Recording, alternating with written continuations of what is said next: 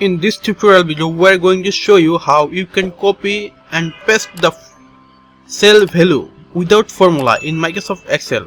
Suppose here you can see some brand's unit price and total sum formula is here. Here you can see on the formula bar sum C2 to C13. This is our formula, but we want to copy this cell value to this cell. So we selecting this and pasting this, but you will see in the cell this sum function is also copied, but we don't want this. We just want the cell value. So let's try it. Delete this. Now copy this, then go there and right click of your mouse, and here you can see some paste option. Here you can see some 1 2 3 like this, which is value, which is means value. Click there.